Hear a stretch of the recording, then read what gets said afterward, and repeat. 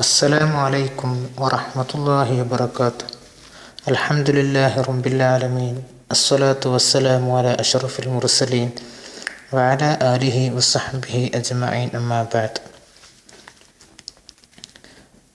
പ്രിയപ്പെട്ട മുഅ്മിനീങ്ങളെ, സർവശക്തനായ രാജാതിരാജനായ തമ്പുരാൻ്റെ അലംഘനീയമായ അനുഗ്രഹം കൊണ്ട് ഈ സുപ്രഭാതവും നമ്മിൽ നിന്ന് സ്വീകരിക്കുമാറാകട്ടെ.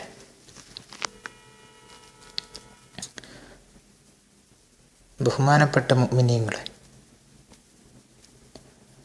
നമുക്കറിയാം, ഇസ്ലാമിക കർമ്മശാസ്ത്രത്തിൽ അഗാധ പാണ്ഡിത്യത്തിൻ്റെയും ഇസ്ലാമിക കർമ്മശാസ്ത്രത്തിൽ അറിയപ്പെട്ട 4 മദ്ഹബുകളിൽപ്പെട്ട ഒരു മദ്ഹബിൻ്റെ ഇമാമുമായ ഇമാം അബൂ ഹനീഫ റളിയല്ലാഹു തആല അൻഹുയെ സംബന്ധിച്ച്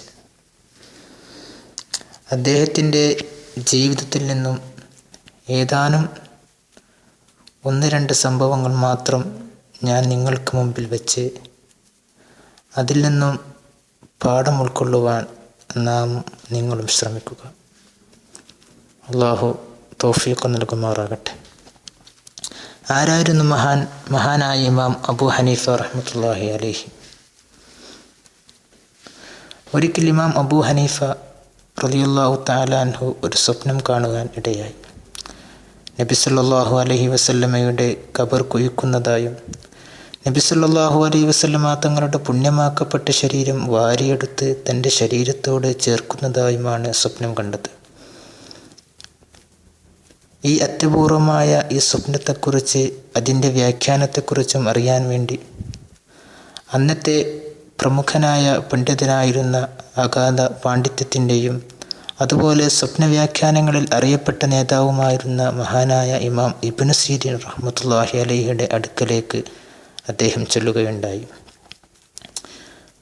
അങ്ങനെ ഇമാം ഇബ്നു സിരീൻ റളിയല്ലാഹു തആല അൻഹുവിനോട് താൻ കണ്ട സ്വപ്നത്തിൻ്റെ യാഥാർത്ഥ്യങ്ങളെല്ലാം പറഞ്ഞു കൊടുത്തു.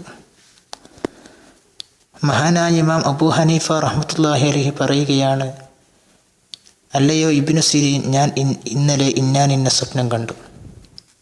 ആ സ്വപ്നത്തിൻ്റെ പൊരുൾ എന്തെന്നറിയാൻ വേണ്ടിയാണ് ഞാൻ നിങ്ങളിലേക്ക് വന്നത്. ഉടൻ തന്നെ മഹാനായ ഇബ്നു സിരീൻ റഹ്മത്തുള്ളാഹി അലൈഹി പറഞ്ഞു, ഈ സ്വപ്നദർശകൻ മുമ്പൊരാൾക്കും കഴിയാത്തത്ര വിധം വിജ്ഞാനം വാരിക്കൂട്ടുകയും അതുപോലെ തന്നെ ലോകത്തിൽ ഉന്നത പദവി അലങ്കരിക്കുകയും ചെയ്യുമെന്ന് ഇമാം ഇബ്നു സിരീൻ പറഞ്ഞു. ശേഷം അല്പസമയം സംശയിച്ചു നിന്നുകൊണ്ട് വീണ്ടും ഇബ്നു സിരീൻ പറയുകയാണ്, ഈ സ്വപ്നം കണ്ടയാൾ അബൂ ഹനീഫ എന്ന പേരുള്ളവനുമായിരിക്കും. ഇത് കേൾക്കേണ്ട താമസം ഇമാം അബൂ ഹനീഫ റളിയല്ലാഹു തആല അൻഹുക്ക് വളരെയധികം സന്തോഷവും അതുപോലെ തന്നെ അത്ഭുതവും തോന്നി. അപ്പോൾ ഇബ്നു സിരീൻ റഹ്മത്തുള്ളാഹി അലൈഹി മഹാനവറുകളോട് പറയുകയാണ്, അല്ലയോ അബൂ ഹനീഫ, അങ്ങയുടെ മുതുകും അതുപോലെ ഇടതുപാർശ്വവും എന്നെ കാണിക്കുക. അങ്ങനെ ബഹുമാനപൂർവ്വം അദ്ദേഹം അത് കാണിച്ചു കൊടുക്കുകയും ശേഷം ഇബ്നു സിരീൻ ഇമാം അദ്ദേഹത്തിൻ്റെ മുതുകിലും അതുപോലെ ഇടതുപാർശ്വത്തുമുള്ള ആ മറുക് നോക്കിക്കൊണ്ട് പറഞ്ഞു, അല്ലയോ ഇമാം, അങ്ങ് തന്നെയാണല്ലോ സത്യത്തിൽ അബൂ ഹനീഫ. യഥാർത്ഥത്തിൽ നബി സല്ലല്ലാഹു അലൈഹി വസല്ലമ തങ്ങൾ സ്വപ്നത്തിലൂടെ ദർശിക്കുകയും നബി സല്ലല്ലാഹു അലൈഹി വസല്ലമ തങ്ങളുടെ കൈ സ്പർശിച്ച ഭാഗത്ത് ഒരു മറുക് വീഴുകയും ചെയ്യുമായിരുന്നു. അപ്പോൾ നാം മനസ്സിലാക്കേണ്ടത് അത്രമാത്രം വളരെയധികം പാണ്ഡിത്യവും അതുപോലെ നിരവധി കറാമത്തുകളുടെയും ഉടമയായിരുന്നു മഹാനായ ഇമാം അബൂ ഹനീഫ റഹ്മത്തുള്ളാഹി അലൈഹി.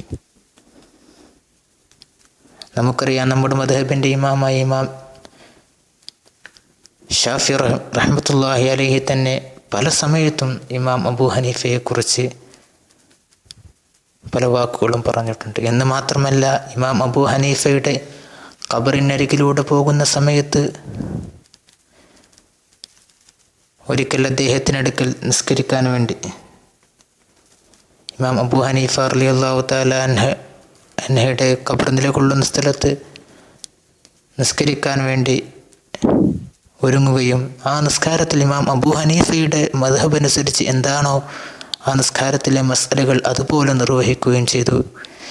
ഇതറിഞ്ഞ ശിഷ്യന്മാർ ചോദിച്ചപ്പോൾ മഹാനായ ഷാഫി റഹ്മത്തുള്ളാഹി അലൈഹി പറഞ്ഞു, ഇമാം അബൂ ഹനീഫ റഹ്മത്തുള്ളാഹി അലൈഹിയുടെ സാന്നിധ്യത്തിൽ വെച്ച് അദ്ദേഹത്തിൻ്റെ വീക്ഷണങ്ങൾക്കെതിരായി ഞാൻ എന്തെങ്കിലും ചെയ്താൽ അത് അദബുകേടായി പോകുമോ എന്ന് ഭയപ്പെട്ടുകൊണ്ടാണ് ഞാൻ അതുപോലെ ചെയ്തത്.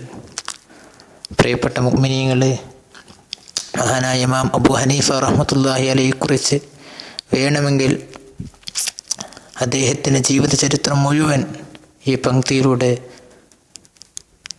പറയുവാൻ ഇൻഷാ അല്ലാഹ് ഞാൻ ശ്രമിക്കാം.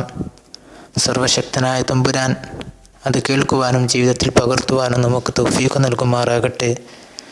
അസ്സലാമു അലൈക്കും വറഹ്മത്തുള്ളാഹി തആല വബറകാതുഹു.